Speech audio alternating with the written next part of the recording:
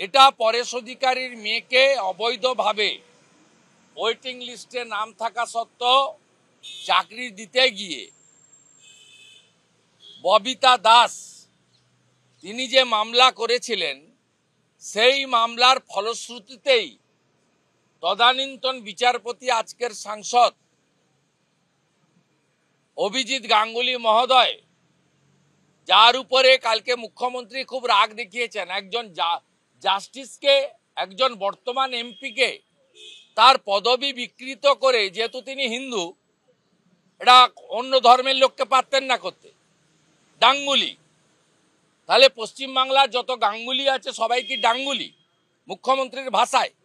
এটা মুখ্যমন্ত্রী bleaching phenyl দিয়ে ওর মুখটা পরিষ্কার করা দরকার আগে। এত নোংরা ভাষা, নোংরা কদর্য আক্রমণ উন্মাদের মতো।